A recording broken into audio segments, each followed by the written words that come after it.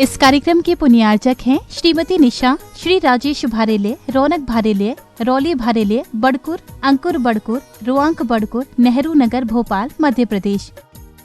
स्वर्गीय श्री विनोद कुमार जैन की पुण्य स्मृति में Shrimati Kusumlata Jain, Kapil Varsha Jain, Khushi, Sonvi, Vivaan, Vipul Deepti Jain, Harshit, Neerav. Company Benson polymers limited. Doctor Dilip, Shrimati Suman Bobra, पुत्र एवं पुत्रवधू श्री अरविंद, श्रीमती प्रवीणा बोबरा, पौत्र नियम निर्वाण। बेटी एवं दामाद सोनल, अंकुर संगोई, दोहित्र अनीश केवल, अमेरिका निवासी। परम गुरु भक्त परिवार। स्वर्गीय श्री सुरेश जी जैन, धर्मपत्नी स्वर्गीय श्रीमती शिरोमणि जैन की स्मृति में श्री शशांक जैन, धर्मपत्नी श्रीमती कुमकुम जैन, पुत्र उमंग जैन, पुत्रवधू प्राची जैन, पौत्र निमित जैन, पौत्री अक्षिता जैन, बेटी दामाद श्री अंकुर जैन, श्रीमती मानवी जैन, नातिन स्तुति जैन, अग्रिमा जैन, कृष्णानगर, दिल्ली।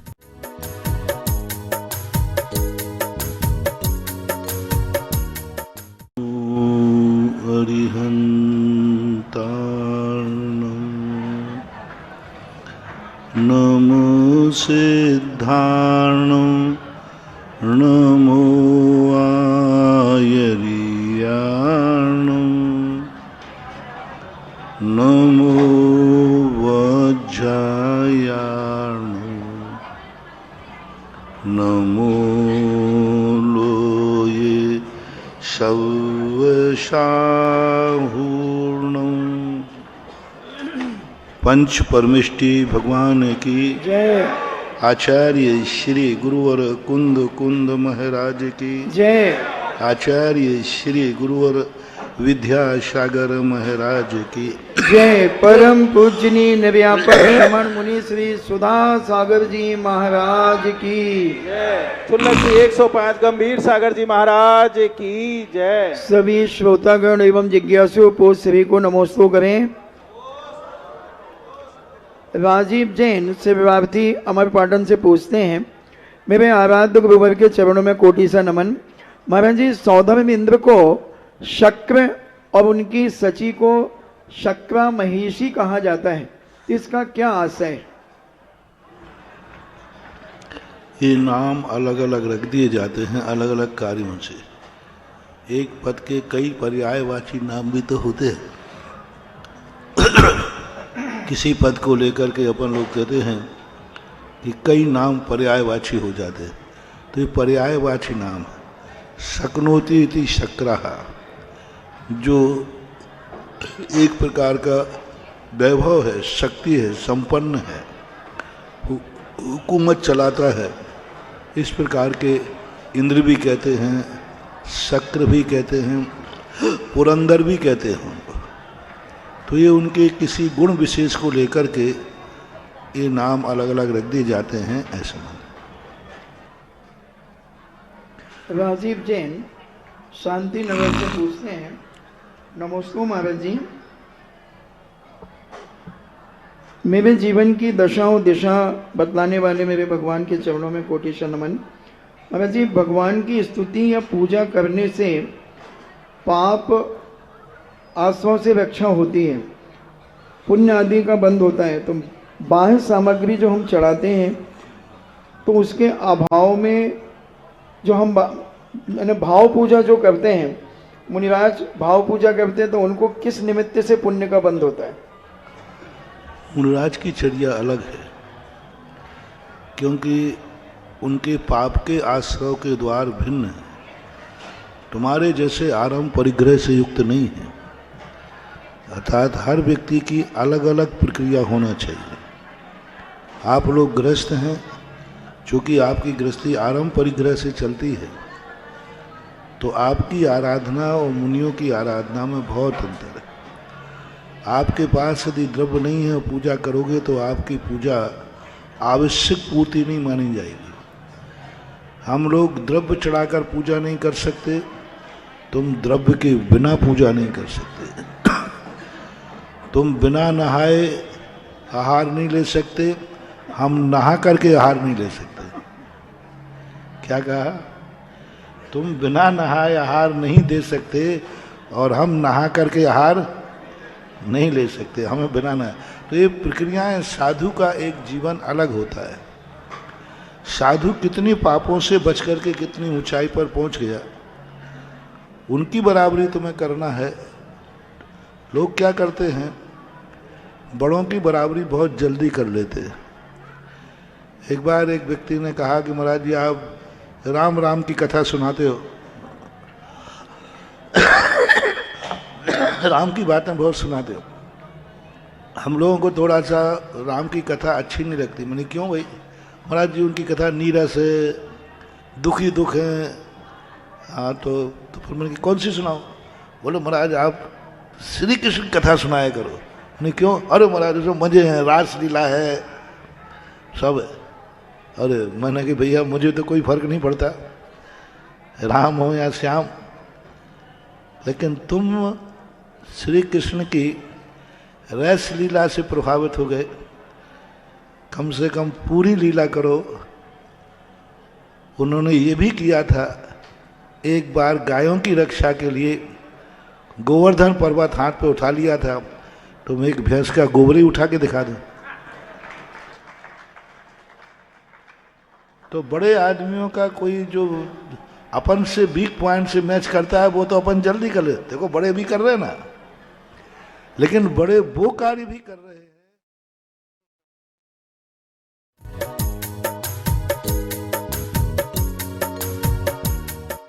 नमो सिद्धार्णं नमो आयर्याणं नमो वज्रायाणं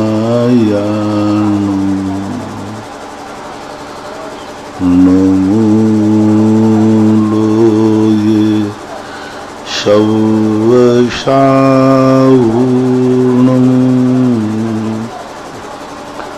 पंच परमेष्टि भगवान की आचार्य श्री गुरुवर कुंद कुंद महाराज की आचार्य श्री गुरुवर विद्यासागर महाराज जय। परम पूजनी निर्यापक श्रमण मुनि श्री सुधा सागर जी महाराज की,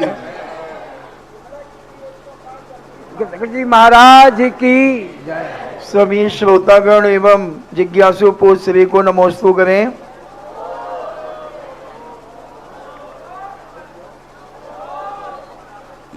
डॉक्टर मगन जैन आष्टा से पूछते हैं, नमोस्तु महाराज जी, थोड़ी सी हिंसा महान अहिंसा भोग उपभोग परिमाण व्रत से कैसे संभव होती है?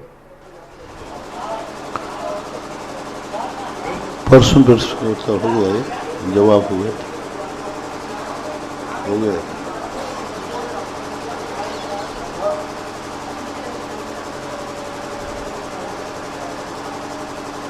सज्जातित प्राप्ति हुई है, उन्हें मोक्ष के कारण रत्नत्व की सुलभता से हो जाती है जाति।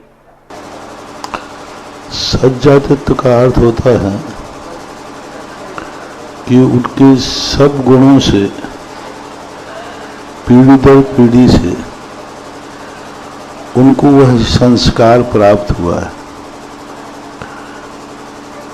जाति का अर्थ होता है कि उसको माता का पक्ष जो है वह कई पीढ़ी दर पीढ़ी से उनको सज्जातित्वपना प्राप्त हुआ, यानी दोनों पक्ष, कुल पिता का पक्ष और माता का पक्ष, दोनों पक्षों की पवित्रता को सज्जातित्वपना कहते हैं।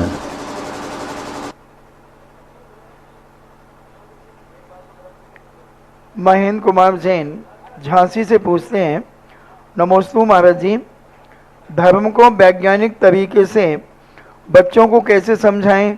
मेरे बेटे ने पूछा कि मोक्ष क्या है, इसे जीव को मोक्ष हुआ है, कैसे हुआ, हम कैसे जाने कि उसे मोक्ष हुआ है?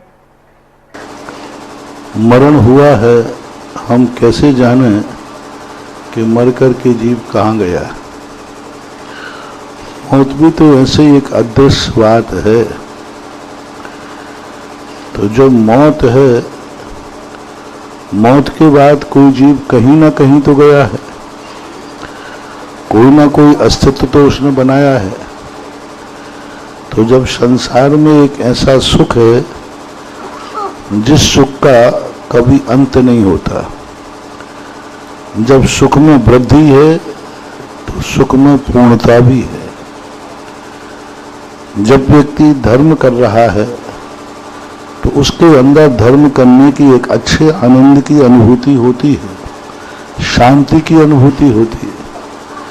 तो जब छोटी भी शांति है, रिलैक्स, सब तरफ से मन शांत हो जाता है, विकल्पों से दूर हो जाता है, तब व्यक्ति को पता चलता है कि कितना आनंद आ रहा है। ऐसे जब संपूर्ण विकल्पों से व्यक्ति दूर हो जाता है तो उसको कितनी शांति होती होगी, यह विचारणी बन जाती है। पुनीत जैन फरीदाबाद से पूछते हैं, गुरुदेव के चरणों में बारंबार नमोस्तु।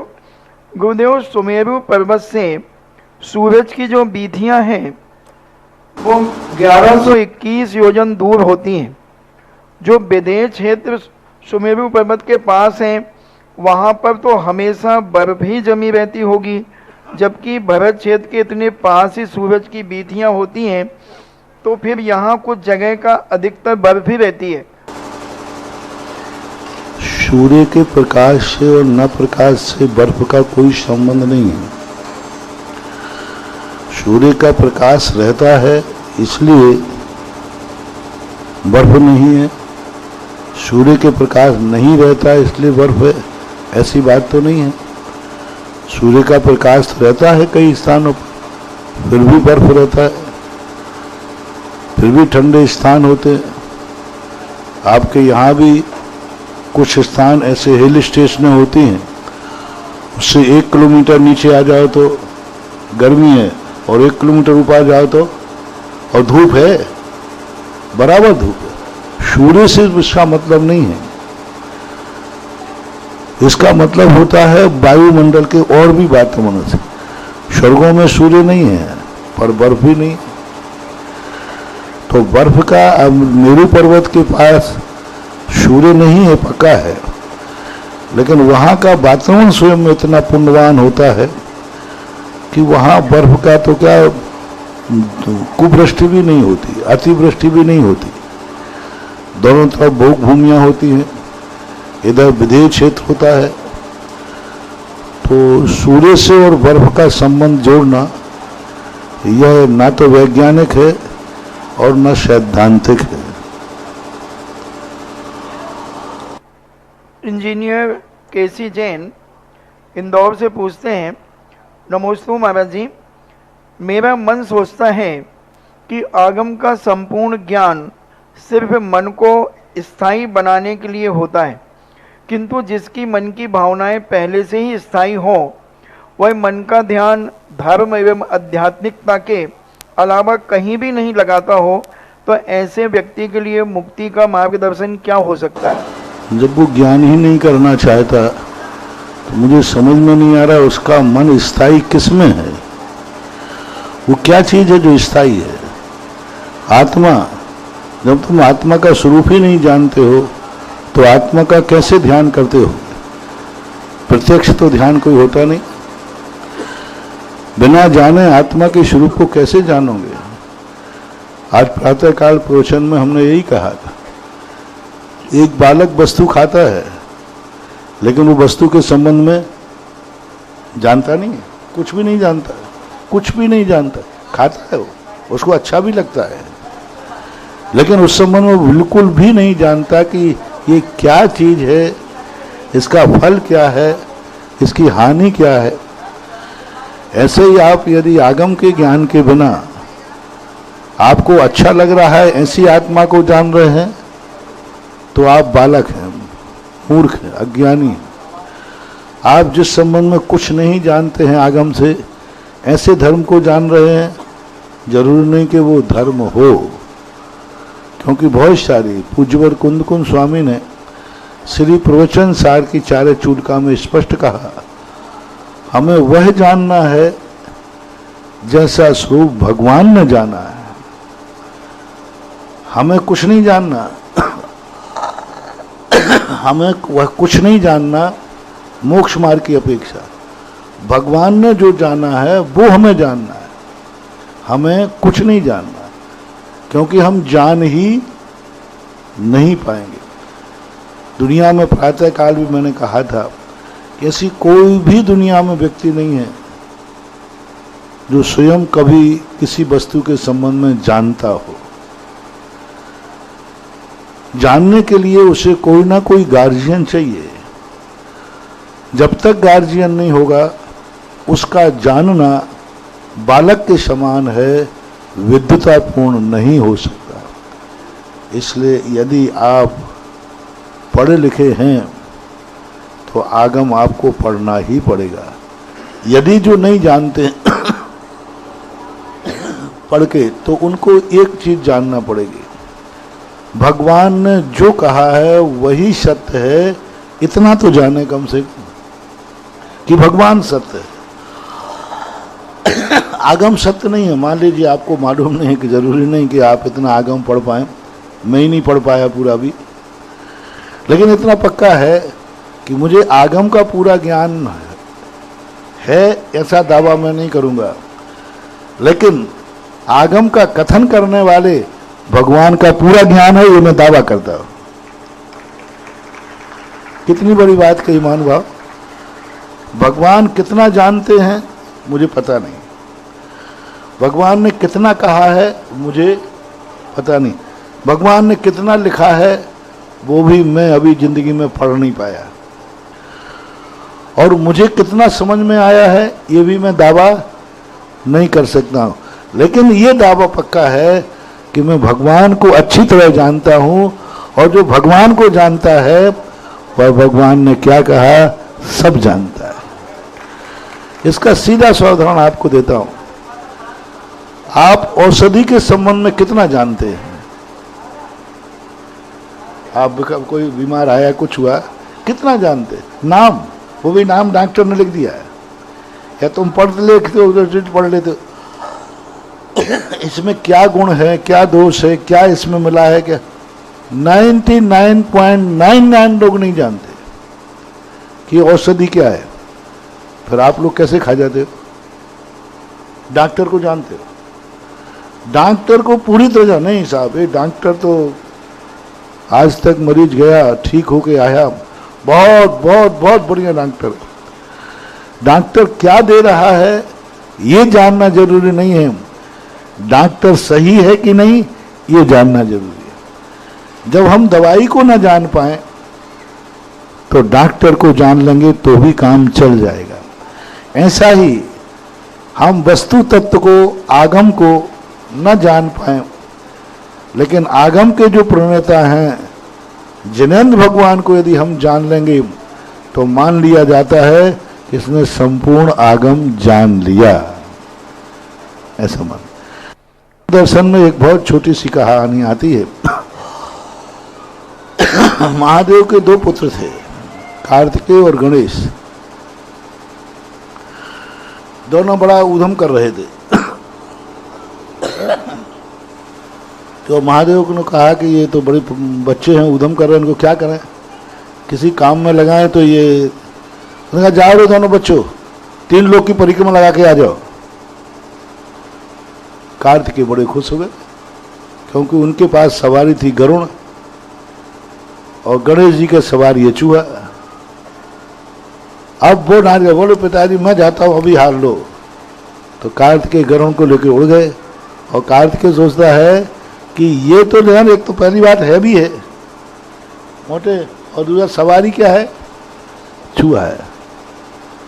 और वो चले गए। गणेश जी बैठे बैठे बैठे बैठे धीरे से चूहे पर बैठे और धीरे से महादेव की 3 परिक्रमा लगानी, और चुपचाप बैठ गए। वो समझ गए कि मुझे 3 लोक की परिक्रमा लगाने क्यों भेजा जा रहा है, क्योंकि हम ऊधम कर रहे थे। तो वो चुपचाप एक कोने में बैठ गए, और जैसे ही कार्तिकेय आने का समय हुआ वो आ गए। तो गणेश जी तो वहां पहले से बैठे थे। कार्तिकेय कहते हैं ये परिक्रमा लगाने गए ही नहीं। गणेश जी का मैंने लगाया है। पिताजी मैंने गणेश जी परिक्रमा लगाई है। बोले बेटा सफाई दो। उन्होंने कहा साहब मैं गया था, पूरे 3 लोग की परिक्रमा लगा के आया।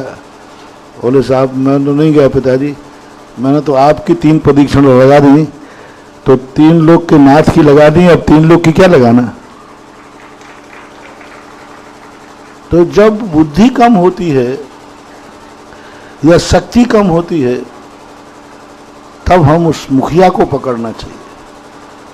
आप गृहस्थों के लिए सारा आगम नहीं समझ पाएंगे, लेकिन आपको आगम के प्रणेता भगवान को अच्छी तरह समझ लो, उनसे मत भटको। तुम्हारा भगवान कैसा है? तुम भगवान के स्वरूप को जानते हो क्या? यदि इतना भी जान लोगे तो काम चलेगा, लेकिन आगम को पढ़ना चाहिए जितनी शक्ति है, समर्थ है। नूतन जैन दिल्ली से पूछती हैं, नमोस्तु महाराज जी, आपने आगरा के अंदर ताजमहल के पास जो प्रवचन दिया था तो कहा था कि ताज बीज है और उसका फल मंदिर है, तो महाराज जी इसका आश्रय क्या है, हम लोग समझ नहीं पा रहे। देखो मेरा प्रवचन तो जहाँ होता है वहीं के लायक वहीं समझना चाहिए। आप तो पूछना क्या चाहते हो, मैंने क्या कहा था वो तो आप जानो, तुम क्या सुनना चाहते हो वो मुझे प्रश्न करो। पूछ रहे हैं कि ताजमहल को आपने बीज का रूप दिया है, काय का बीज का, और उसका फल मंदिर आपने बताया। बीज काहे का कहा है पूछना पड़ेगा। फल मंदिर बताया तो मंदिर भी किस रूप का बताया। मंदिर के अनेक अर्थ होते हैं। मंदिर घर का नाम भी मंदिर होता है, भगवान के नाम भी मंदिर होता है। बीज का अर्थ वहाँ कोई प्रसंग दूसरा रहा होगा, सामान्यतः ये प्रसंग रहा होगा कि संसार का राग बेकार है, लेकिन वही राग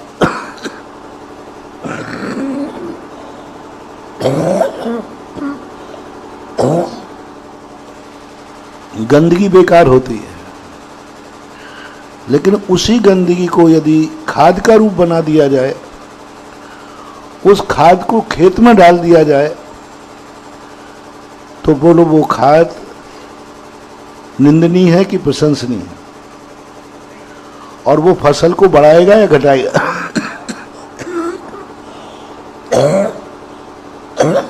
और वो जो अनाज आएगा वो गंदगी में गिना जाएगा कि पवित्रता में। लेकिन वो बड़ा किससे है? गंदगी से। गंदगी में वो रहा है, गंदगी में पनपा है, गंदगी में बड़ा हुआ है, लेकिन जो फल रूप आया वो पवित्र है। संभवतः राग कषाय आदि, मान लो किसी व्यक्ति ने अपने राग की स्मृति में वो बनाया। एक व्यक्ति ने कहा अपनी पत्नी की स्मृति में, ऐसा मानते हैं, मुमताज पत्नी थी उनकी, बेगम थी, उसकी स्मृति में उन्होंने ताजमहल बनाया,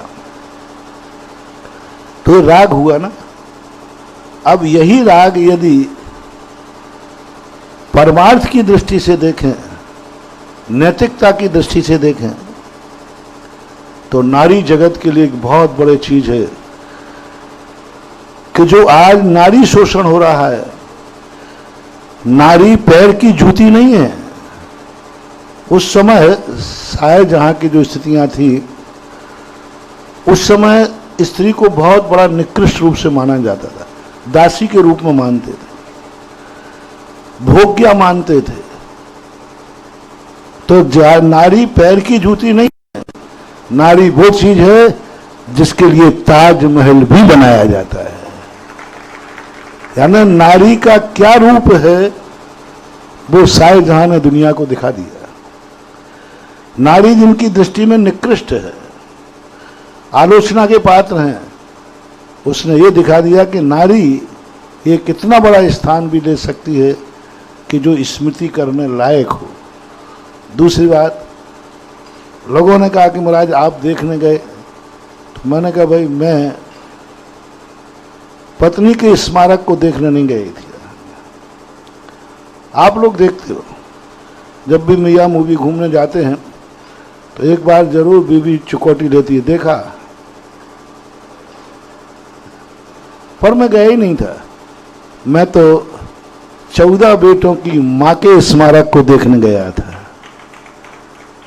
बोलो वो 14 बेटों की माँ थी कि नहीं? अब तुम्हें स्त्री दिख रही है, हमें माँ दिख रही है, तो अपना देखने का नजरिया है, अलग अलग लोग प्रस्तुतिकरण करते। तो उसको यदि हम दूसरी दृष्टि से देखें तो एक बहुत बड़ी चीज उसके सामने नजर आएगी कि ये क्या रूप बता रहा है, शिक्षा क्या दे रहा है। तो हर गंदगी को निंदनीय मत करो, उस गंदगी को खाद बनाने का प्रयास करो और खाद को खेत तक ले जाने का प्रयास करो। वही गंदगी तुम्हें पवित्रता का भी रूप दे सकती है। संभवतः यह भाव था।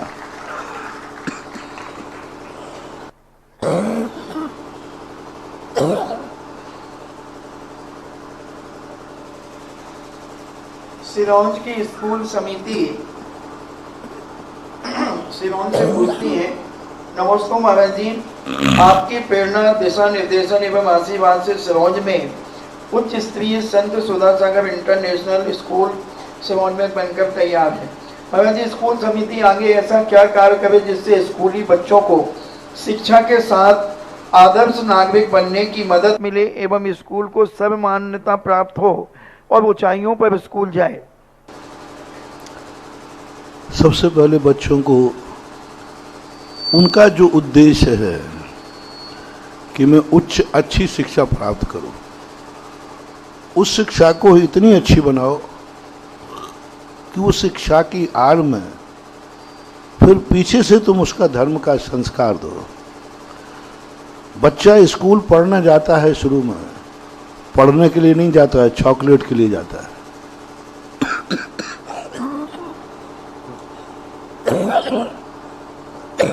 यदि बच्चे से कह दो बेटा तू स्कूल जाएगा तो 2 चॉकलेट मिलेगी, नहीं जाएगा तो नहीं मिलेगी, तो बोलो बच्चा स्कूल को तैयार हो जाएगा कि नहीं? किस लिए? स्कूल के लिए नहीं, स्कूल 2 चॉकलेटों के लिए वो चला जाएगा।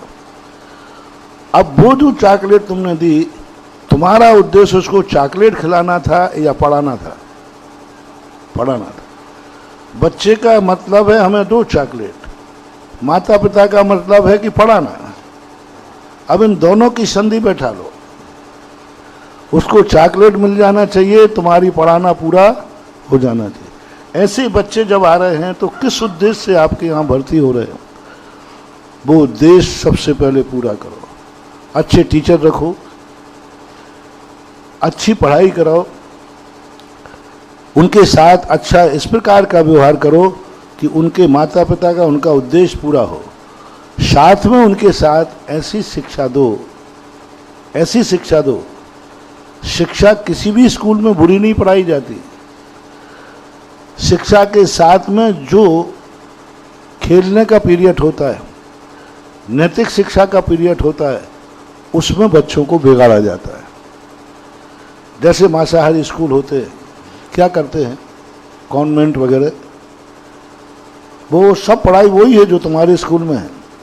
जब बच्चे भोजन करने बैठते हैं तब उनकी मैम आएगी, जो भी आते हैं, बोले बेटा सब लोग अपने भोजन में से एक दूसरे को शेयर करो।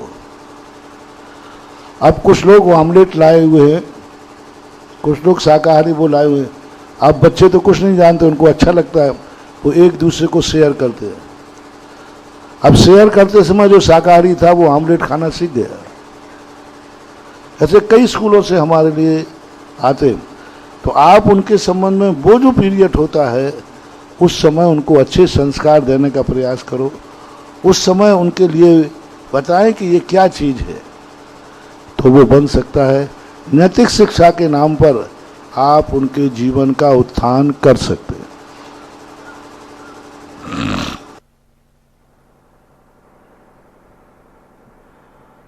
कानपुर बड़े मंदिर की समाज का अहोभाग्य है कि आज आपको साक्षात पूज्य श्री के मुख से अपनी जिज्ञासा का समाधान मिलेगा। इस क्रम में श्वेता दीदी कृपया माइक पहुंचाएं, वो अपने प्रश्न को रखें। श्वेता दीदी, ब्रह्मचारिणी श्वेता दीदी कृपया माइक पहुंचा दीजिए उनके पास तक।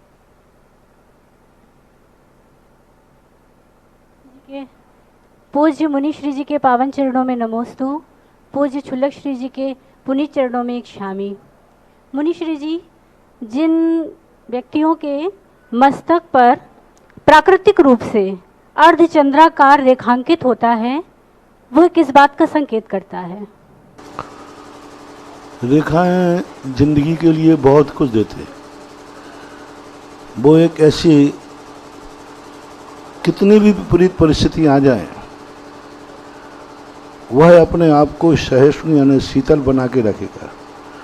उनका मस्तिष्क, उनकी विचारधारा बहुत जल्दी उत्तेजित नहीं होती, सहिष्णु होते, और वो कितने भी विपरीत आए उनकी चमक को कोई कम नहीं कर सकता, उनके तेज को कोई कम नहीं कर सकता, उनके प्रभाव को कोई कम नहीं कर सकता।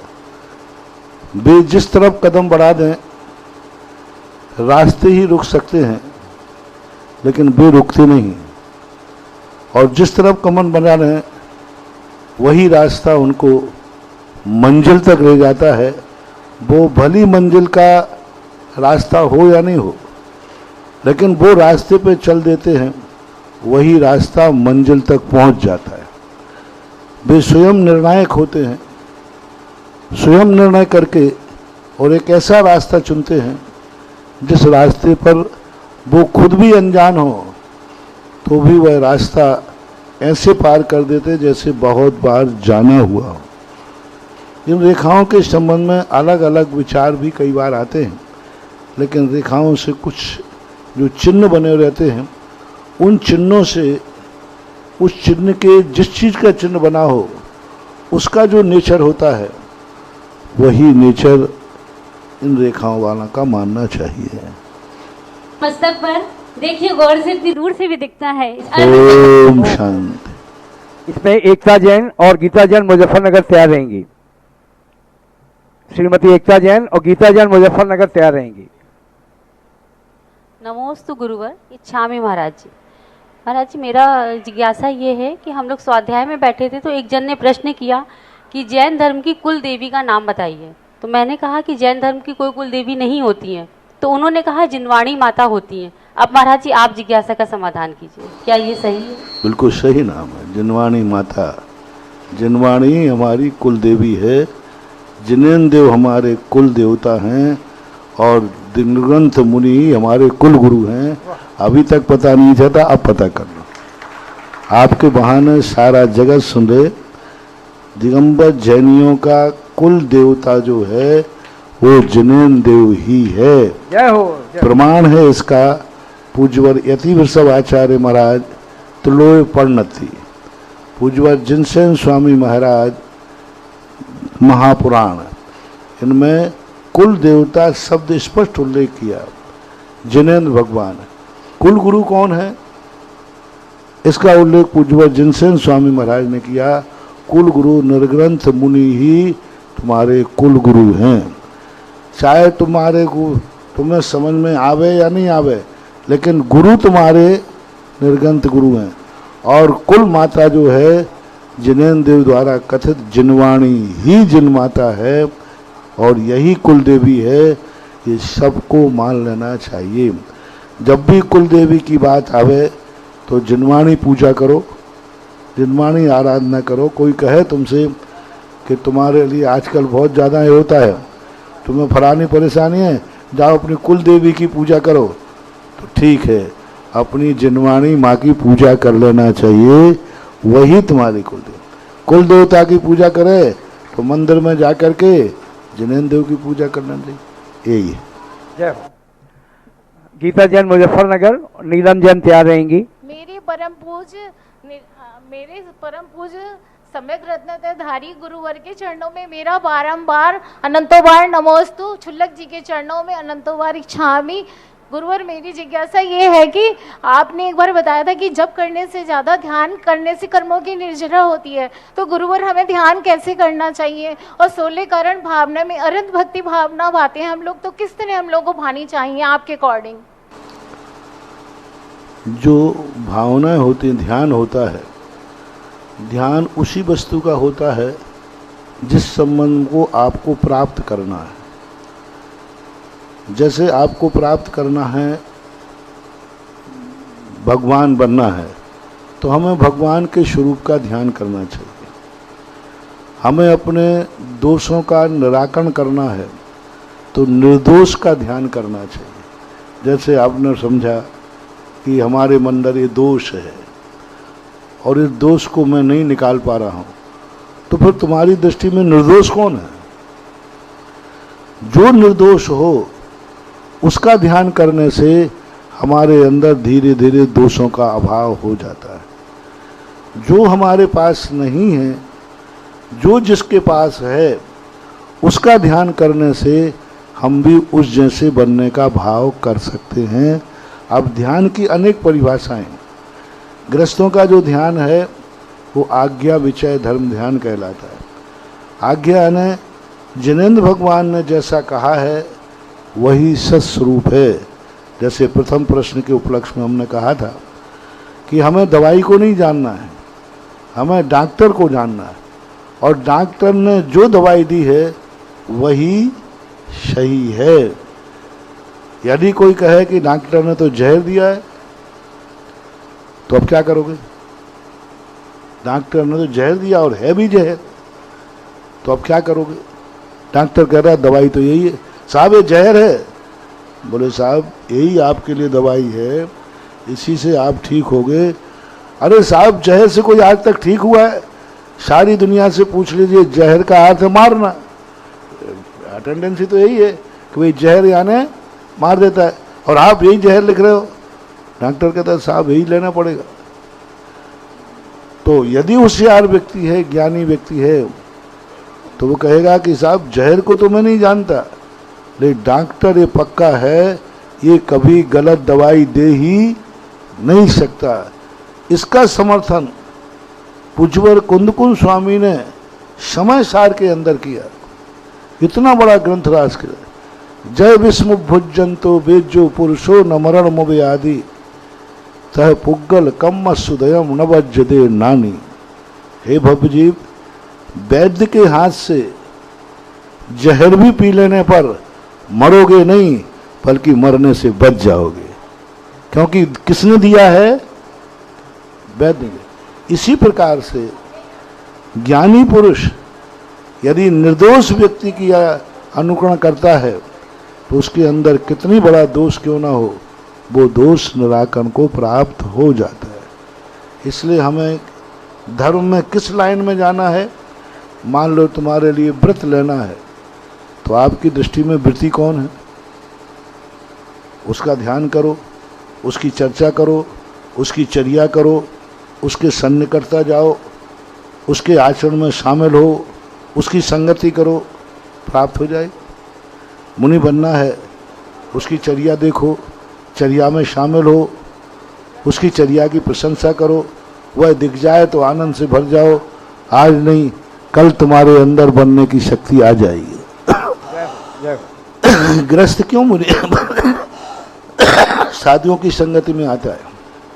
आप लोग समझते हो कि महाराज ये व्यवस्थाएं आप लोगों की सेवा के लिए बनाई हैं। जैसे साधु को भूख लगे तो आहार मिल जाए, परेशानी हो तो महाराज को रहने की व्यवस्था मिल जाए, से थक जाए तो पैर दबाने मिल जाए। नहीं, जैन दर्शन कभी किसी की सेवा नहीं कराता, यहाँ तक कि भगवान की भी नहीं। जैन दर्शन में भगवान की सेवा नहीं की जाती है। शास्त्रों में कहीं नहीं लिखा कि हम भगवान की सेवा कर रहे हैं। गुरु की सेवा नहीं की जाती है। भगवान बनने के लिए, भगवान के गुण पाने के लिए हमें भगवान की संगति करना पड़ती है, इसलिए वो की जाती है। अब भगवान, ये नीति है कि तुम्हें जो बनना है उसको जानो, उसको पहचानो, उसकी चर्या को देखो, उसकी प्रशंसा करो और उसको देखते ही आत्मा में एकदम आनंद आना चाहिए। अरे मैं भी तो ऐसे ही बनना चाहता हूँ। तो ये हमारे लिए जूनियर सीनियर के पास 2 साल की प्रैक्टिस करता है, वो सेवक के सेवक कहलाएगा और एक नौकर भी कर रहा है कि जूनियर कहलाएगा। एक सीनियर के पास जूनियर प्रैक्टिस करने गया और वो सीनियर जो कहता है वो करना पड़ता है। वो आते हैं तो वो खड़ा भी हो जाता है, वो आदेश देते हैं वो कार्य करने लग जाता है। तो ये दासता की कोटि में लिया जाए या जूनियर से सीनियर बनने की प्रक्रिया है। बस जैन दर्शन में भगवान की भक्ति नौकर के रूप में नहीं, भगवान सीनियर हैं, हम जूनियर हैं, इसलिए हम उनकी आज्ञा का पालन करते हैं। तो इसलिए भगवान का ध्यान करो। महाराज बनना है, महाराज का ध्यान करो। नमोकार मंत्र में हमें 5 परमेष्ठी पद चाहिए है, हम उसका ध्यान करें। ये है ध्यान की प्रक्रिया।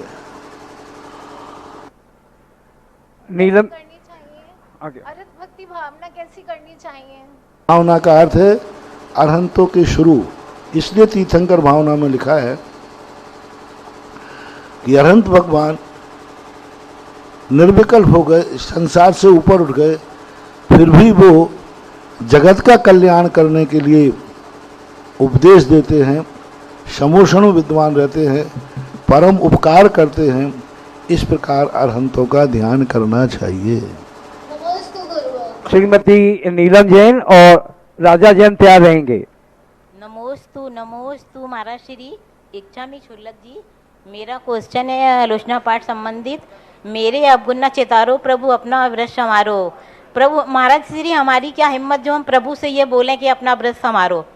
नहीं, उसका अर्थ अपन गलत ले रहे हैं।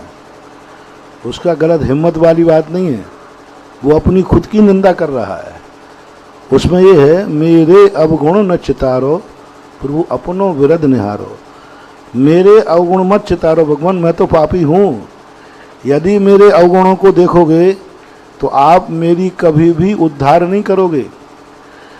लेकिन आप तो करुणा निधान हो, आपका वो कार्य है पापियों का उद्धार, इसलिए मुझ पापी का उद्धार करो, ये अर्थ है वहां पर, है ना। मैं तो अवगुणों से भरा हूं, मैं तो पापी हूं, और आप कैसे हैं?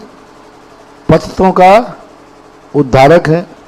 आप पापियों का भी उद्धार कर देते हैं, इसलिए मुझ पापी का भी उद्धार करो, क्योंकि आपका स्वभाव ही ऐसा है। विरध यानी आपका स्वभाव, आपका नेचर पापियों का उद्धार करना है। और मेरे पापों की तरफ जाओगे तो फिर मेरे पाप तो इतने हैं कि शायद आप हमारा उद्धार नहीं करोगे। राजा जैन। गुरुवर के चरणों में बारंबार सत नमोस्तु, छुल्लक जी के चरणों में इच्छामी। महाराज जी, मेरी जिज्ञासा ये है कि जिस प्रकार से आज है कि आपके लोक व्यवहार में चलता है, तुम क्या मुझे समझा रहे है? आपने खुद को समझाओ। तुम क्या मैं सुधार रहे हो? आप खुद सुधरो, अपना तो देखते नहीं हो। तो लोक व्यवहार में जो अर्थ लिया गया है वहाँ बहुत अच्छा अर्थ है। हाँ बोलिए। महाराज जी, मेरी जिज्ञासा ये है कि आज बात बात पर जैसे परमाणु युद्ध हो रहे हैं देशों में, और कोरोना जैसे महामारी आई हुई है, अपार जनधन हानि हो रही है, तो इन सबको जैसे रोकने के लिए अगर कोई बात होती है, जैसे हम लोग भक्तामर जी में बोलते हैं कि कल्पांत काल पवनोदत वन्नी कल्पम, कि जैसे सब कुछ शांत हो जाए नाम लेने से ही, तो ऐसा कुछ है कि जिससे कि वो सब रुक जाए, धन हानि होने से रुक जाए, महामारी होने से रुक जाए, इसका क्या होगा? मूर्खों के द्वारा, पशुओं के द्वारा, प्रकृति के द्वारा, देवों के द्वारा जो संकट आए उनको तो रोका जा सकता है। ये तो तुम्हारे खुद विज्ञान की बदौलत है, विज्ञान की बदौलत है। विज्ञान ये अनर्थ कर रहा है। क्या भगवान महावीर स्वामी परमाणु बम बनाना नहीं जानते थे? जानते थे। क्या भगवान स्वामी ये मोबाइल नहीं जानते थे बनाना? जानते थे। विधि भी जानते थे, सब जानते थे वो, लेकिन उन्होंने बताई क्यों नहीं? क्योंकि वो मानवतावादी थे, आपका विज्ञान मानववादी। मानवतावादी दृष्टिकोण को पिता होता है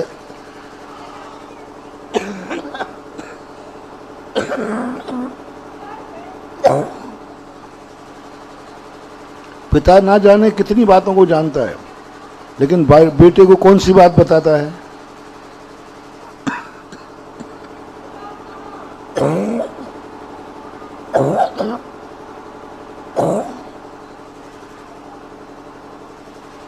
बेटे को कौन सी बात बताता है जो उसके हितकारी हो? कितने रास्ते जानता है पिता, लेकिन बेटे को कौन सा रास्ता दिखाएगा? शराब के अड्डा भी बेटा को जानता है पिता कि शराब कहाँ मिलती है, लेकिन पिता शराब का अड्डा नहीं बताया। ऐसे महावीर स्वामी मानवतावादी थे, उन्होंने वो नहीं बताए रास्ते जिन रास्तों से तुम्हारा खुद का विनाश हो सकता है, और आज विज्ञान उन्हीं रास्तों को खोज रहा है। आज सारे विश्व को विज्ञान ने उस कगार पर खड़ा कर दिया है जहां से तुम लौट भी नहीं सकते, लौट भी नहीं सकते, क्योंकि लौटने के लिए तुम्हारा स्थान बचा ही नहीं। तुम इतनी बुरी तरह वहां से उठ के आए हो कि अब वहां तो स्थान, और आगे क्या दिख रहा है? खाई दिख रही है। हर चीज में पहले 10 गांव में एक वैद्य होता था, आज एक गांव में, कानपुर में कितने डॉक्टर मान लो? इतनी बीमारियां बढ़ गई, और विज्ञान कह रहा दवाई। अरे दवाई खोज रहा है ठीक है, लेकिन बीमारियां भी तो बढ़ा रहा है। तो ये विज्ञान ने इतना बड़ा अनर्थ कर दिया। जितना जितना विज्ञान तुम्हें ले जाएगा, ये भौतिकवादी है, जीव को दुख ही पहुंचाएगा। एक दिन मात्र 5 सेकंड की दुनिया है विज्ञान की बदौलत। 5 सेकंड लगना है, पूरा विश्व जितना है इसको मिटने बनाने में कितना लग रहा है, कितनी अपन कोशिश कर रहे हैं, कितने मात्र 5 सेकंड का है। जिस दिन अमेरिका और रूस का, इनके दोनों का दिमाग खराब हुआ, उसी दिन 5 सेकंड के अंदर सारी दुनिया खत्म हो जाएगी। मात्र मकान बचे रहेंगे, इनको कुछ भी होने वाला नहीं है। तो ऐसे जैविक यंत्र, ये सब विज्ञान कर रहा है। विज्ञान वो अंधा ज्ञानी है जो खोजना जानता है, उसके साइड इफेक्ट पर विचार नहीं करता।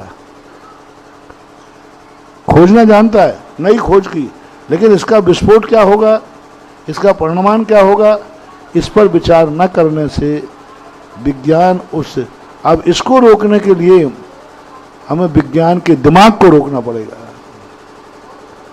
विज्ञान के दिमाग को रोकना पड़ेगा। और विज्ञान के दिमाग को रोकने का आज तक कोई मंत्र बना नहीं है।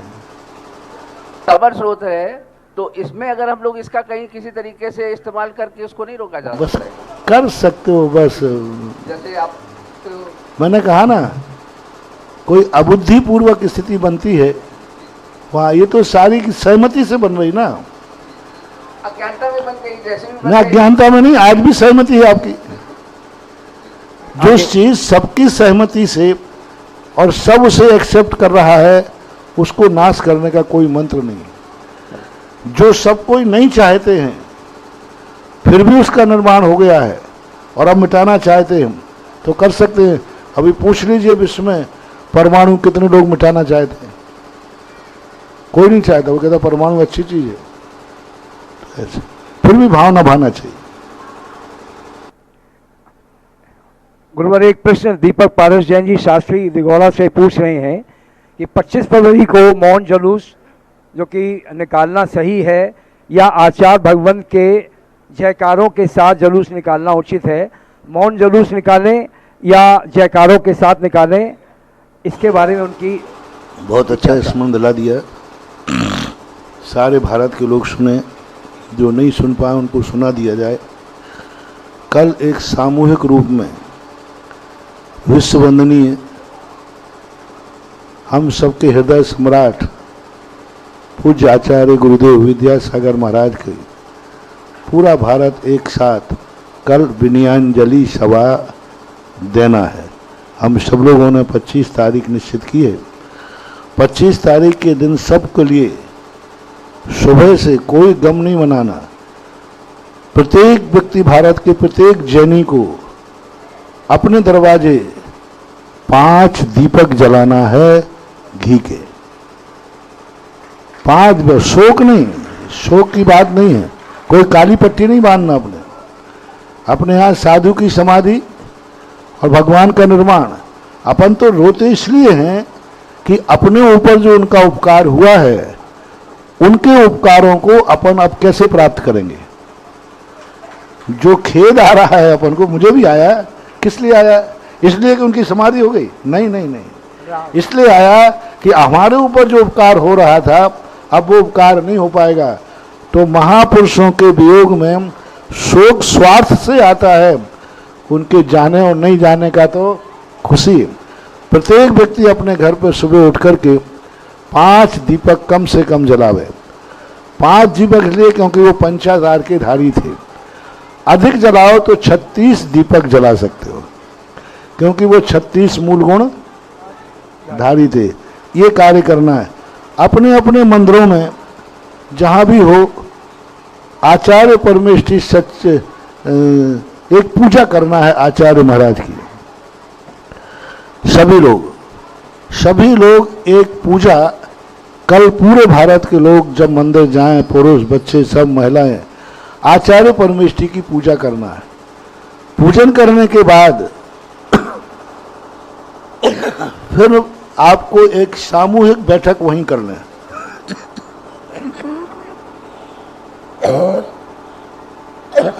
सामूहिक बैठक में सुबह भी विनयाञ्जलि अर्पित कर सकते हैं। उस समय भी 36 दीपकों से महाराज का चित्र आदि लगा करके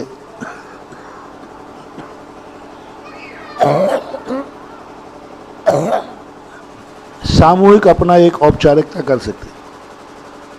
और विनयाञ्जलि तो आपको जैसे करना है, जुलूस के रूप में आप बढ़िया झंडे लेकर, जयकारे लेकर करें। मौन लेकर कोई शोक में जा रहे हैं क्या? अरे खुशी और आनंद है कि हमारे आचार्य परमेष्ठी एक समाधि का रूप लेकर के कल उसमें रूप में प्राप्त हुए। इसलिए जयकारों के साथ में, झंडे आदि लेकर, गाजे बाजे के साथ में आप अपने नगर में अपना जुलूस निकालना चाहें तो निकालें। जुलूस की ज़रूरत ज़्यादा नहीं है। अपने बैठ कर के विनयाञ्जलियाँ और उनके उपकारों का गुणानुवाद करें। उन्होंने जो समाज को दिया है, श्रीमंत संस्कृति को दिया है, उसका हम जितनी ज़्यादा प्रचार कर सकें। आप मीडिया के माध्यम से, आपके नगर में जो पेपर निकलते हैं उनमें महाराज जी का गुणानुवाद रूप से जो भी उनके हैं उनके नाना प्रकार के चित्र हैं, हथकरघा है, प्रतिभा स्थली है, जो भी है उनका एक आप लोग ज़्यादा अच्छा जानते हैं कि पेपरों में कैसे विज्ञापन दिए जाते हैं, कैसे उनका बहुत बड़ा चित्र विज्ञापन के रूप में देवें। पूरे पेपर में महाराज का फोटो आए, अच्छा, बहुत अच्छा, जिससे सारी दुनिया जान सके कि जैनियों के सम्राट दिगंबर जैन मुनि किस रूप में थे और उनका समाधि हुआ है। तो इस प्रकार का पेपरों के मीडिया के माध्यम से काम करें। और 12 बजे तक कम से कम कल सारे दिगंबर जैनी मंदिरों में पूजा पाठ करें। 36 ही विधान मिल जाए आचार्य परमेष्ठी का, ठीक, नहीं तो पंच परमेष्ठी विधान कर लें। और सभी लोग 12 बजे तक यदि प्रतिष्ठान बंद रखें और उतना समय मंदिर में गुरु की विनयाञ्जलि में निकालें तो सबसे बड़ी विनयाञ्जलि होगी। 12 बजे के बाद फिर आप दुकान खोल लें। मंदिर में सुबह का टाइम आपका पूजा हो, आचार्य श्री की सामूहिक पूजा करो और फिर विनयाञ्जलि हो वहीं। फिर उसके बाद आप लोग जाकर के अपने प्रतिष्ठान आदि खोलें तो बहुत अच्छा। कुछ कदाचित यदि आपको सुबह ऐसी स्थिति न बन पाए तो दोपहर में 2 बजे के बाद जो भी आपका समय निश्चित हो, उस समय भी आप अपने चौराहों पर, सड़कों पर, सार्वजनिक स्थलों पर, वहाँ पर विनयाञ्जलि सभा रख सकते हैं जहाँ आपको सुविधा मिल जाए। तीसरे नंबर पर यदि दिन में किसी कारण से कोई स्थान का अभाव हो तो रात्रिकालीन में चौराहों के ऊपर किसी प्रशासनिक अधिकारियों को बुला करके, कोई प्रशासनिक अधिकारियों को बुला करके, विधायक, सांसद, नेता, कलेक्टर, कमिश्नर, उनको उसकी मुख्य अतिथि में आप एक सभा रात में भी रख सकते हैं। ये विनयांजलि कल 25 तारीख का पूरे दिन भर का हमने बता दिया। अब आपकी जैसी सुविधा पड़े वैसी करें और बहुत अच्छी तरह बनाएं। और कल दीपक जब जलाओ, हर व्यक्ति अपने घर के सामने आचार परमेष्ठी को ध्यान करते हुए कोई रंगोली डाले, अति उत्तम है। जय हो, जय हो। आयु जैन तैयार रहेंगे, ममता जैन काहू कोठी। आयु जैन, ममता जैन काहू कोठी तैयार रहेंगी।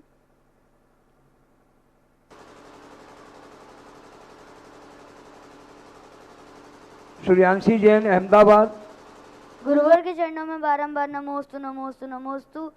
महाराज जी के चरणों में बारंबार इच्छा में इच्छा में इच्छा में। महाराज जी, मेरे मन में ये बार बार जिज्ञासा आती कि मुनि क्यों बनते हैं? मुनि इसलिए बनते हैं कि संसार से उठने का एक ही तरीका है, क्योंकि संसार में राग द्वेष कषाय आदि होते हैं। इसके बिना इस संसार से नहीं ऊपर जा सकते हैं, इसलिए मुनि बनना जरूरी है। बिना मुनि बने बिना वह उच्च पद प्राप्त नहीं होता है। जैसे कोई व्यक्ति बड़ा ऑफिसर बनता है तो उसको उसी ढंग से पढ़ाई करना पड़ती है। वह पढ़ाई किए बिना वह व्यक्ति उस पद पर नहीं पहुंच सकता। इसी प्रकार मोक्ष पद को पाने के लिए मुनि व्रत जरूरी है। ऐसा महाराज जी, बालक ने प्रश्न पूछा, कोई बड़ा पूछता है तो इसका जवाब कुछ और मिलता है। ममता जैन काहू कोठी। सूर्यांशी जैन अहमदाबाद तैयार रहेंगी। गुरुवर के चरणों में त्रैबार नमस्तु। चुल्लक जी के चरणों में इच्छा में इच्छा में। महाराज जी, मेरा प्रश्न ये है कि जब हम शांति धारा होती है तो कुछ लोग चाप भी देते हैं और कुछ लोग किताब भी पढ़ते हैं, तो उससे में उचित क्या है? केवल शांति धारा देखना उचित है कि सब कार्य निपटाते हैं? देखो, सब साधन सब जाएं हैं। ये एक काम को साधने के लिए यदि वो सब करता है तो सब एक साधें, सब सदें, सब साधें सब जाएं। तो कायदा से जिस समय जो चल रहा है उसी को शांति से देख लें, माला बाद में फिर लें। और माला भी फिर रही हो, शांति धारा भी देख रहे हो, तो ना शांति धारा देख रहे हो और ना माला फिर रही है, एक ही होने। नमोस्तु नमोस्तु। सूर्यांशी जैन अहमदाबाद और श्रीमती मधु जैन तैयार रहेंगी। नमोस्तु गुरुवर। मेरा क्वेश्चन है, जीवन का एकमात्र सत्य मृत्यु है, फिर भी हम इसको सत्य को स्वीकार नहीं करते। हम कल्पना करने से भी डरते हैं कि हमारा कोई प्रियजन है वो मृत्यु को प्राप्त हो जाएगा तो हमें कैसा लगेगा। तो आप गुरुदेव इस डर को निकालने का कोई उचित। उसका डर निकल नहीं सकता, क्योंकि उसको भविष्य नहीं दिख रहा है। डर वही डरता है जिसको भविष्य नहीं दिखता है।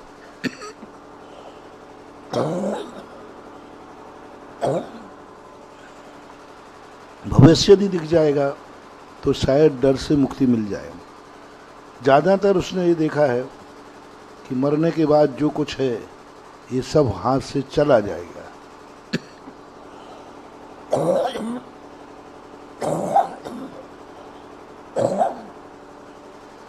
कभी जिंदगी में व्यक्ति इतने गलत कार्य कर लेता है कि वो खुद एहसास करता है उसको कि मेरे करने के बाद मैंने इतने पाप किए हैं, कितने करने के बाद मुझे अच्छी गति तो मिलने वाली नहीं है, मुझे तो दुर्गति ही मिलेगी। ये भय उसको सताता है, इसलिए उसको डर लगता है।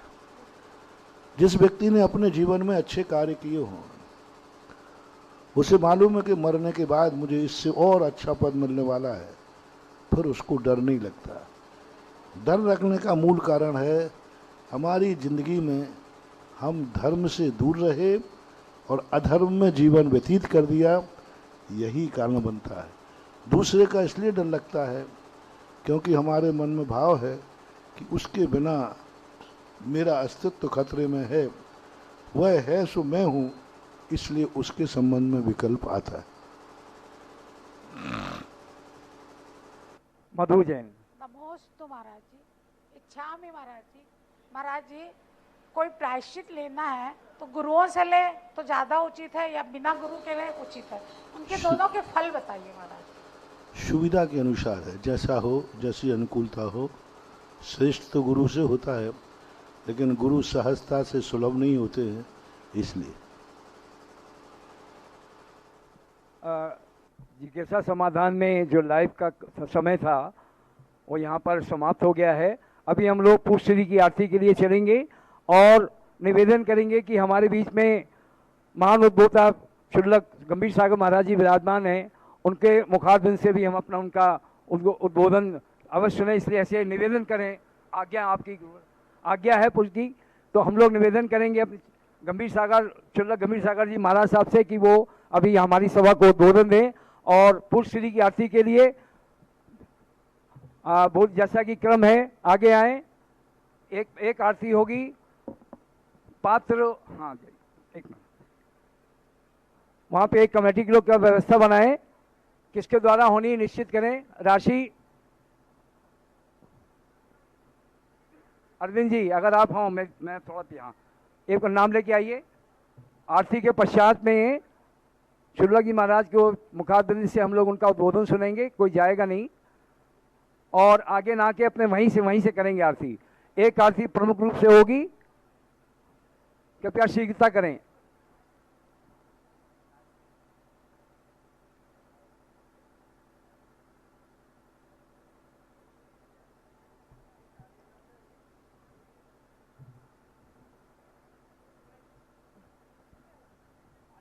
आरती का साथ से आज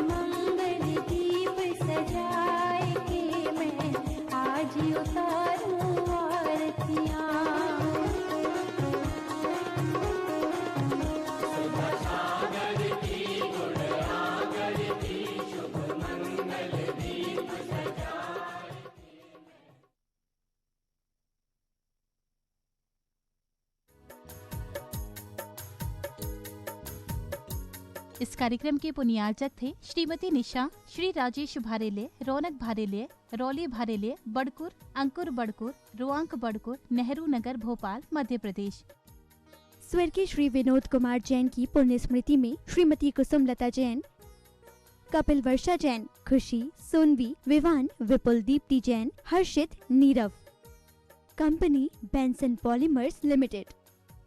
डॉक्टर दिलीप, श्रीमती सुमन बोबरा, पुत्र एवं पुत्रवधू श्री अरविंद, श्रीमती प्रवीणा बोबरा, पौत्र नियम निर्वाण।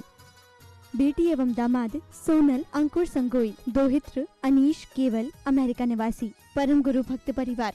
स्वर्गीय श्री सुरेश जी जैन, धर्मपत्नी स्वर्गीय श्रीमती शिरोमणि जैन की स्मृति में श्री शशांक जैन, धर्मपत्नी श्रीमती कुमकुम जैन, पुत्र उमंग जैन, पुत्रवधू प्राची जैन, पौत्र निमित जैन, पौत्री अक्षिता जैन, बेटी दामाद श्री अंकुर जैन, श्रीमती मानवी जैन, नातिन स्तुति जैन, अग्रिमा जैन, कृष्णानगर, दिल्ली।